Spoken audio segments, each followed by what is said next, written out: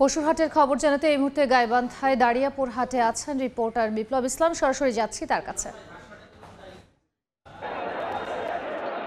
একেবারে শেষ মুহূর্তের কেনাকাটা কিন্তু গাইবান্ধার যে কোরবানির পশুর হাটগুলো এগুলো কিন্তু জমজমাট হয়ে উঠেছে। ক্রেতা বিক্রেতার সমাগমে আমরা যদি বলি প্রত্যেকটি হাট কিন্তু এখন মুখরিত এবং অন্য অন্য দিনের চেয়ে কিন্তু আজকে আমরা দেখছি যে হাটগুলোতে কিন্তু ব্যাপক কেনাবেচা হচ্ছে।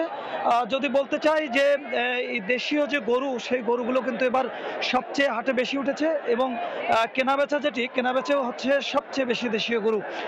যদি দেশীয় গরুর দাম বলতে চাই যেগুলি ষাঁড় গরু কিন্তু ৮০,০০০ টাকা থেকে শুরু করে কিন্তু ষাঁড় গরু এবার যে কোরবানির উপযোগী সেটি কিন্তু পাওয়া যাচ্ছে সর্বনিম্ন ৮০,০০০ টাকা। এবং কেউ যদি গাভী বা বলদ সহ অন্য গরু কিনতে চায় সেক্ষেত্রে কিন্তু আরও কিছু কম, একেবারে ৬০,০০০ টাকা থেকে কিন্তু দেশি গরু এবার ক্রয়ের সুবিধা পাচ্ছে যারা কোরবানি করতে আসছেন হাটে।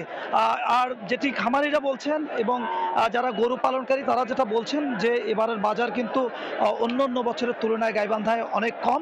আর ক্রেতারাও কিন্তু বলছেন যে প্রতি বছর যে কোরবানির বাজার হয়ে থাকে, কোরবানি গরু বা ছাগলের দাম হয়ে থাকে সেটি কিন্তু এবারে অনেকটা সহনশীল।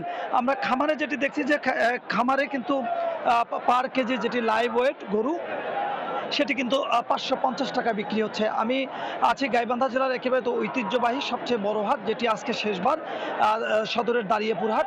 এটিও কিন্তু আমরা দেখছি যে সকাল থেকে একেবারে জমজমাট ক্রেতা বিক্রেতায় ভরপুর হয়ে এসেছে। দেশের বিভিন্ন স্থান থেকে কিন্তু ক্রেতা বিক্রেতারা এখানে গরু ছাগল কেনার জন্য এসেছেন। এই ছিল গাইবান্ধার কোরবানির হাটের শেষ খবর। পশুরহাটের খবর জানতে এতক্ষণ সরাসরি যুক্ত ছিলাম গাইবান্ধায়।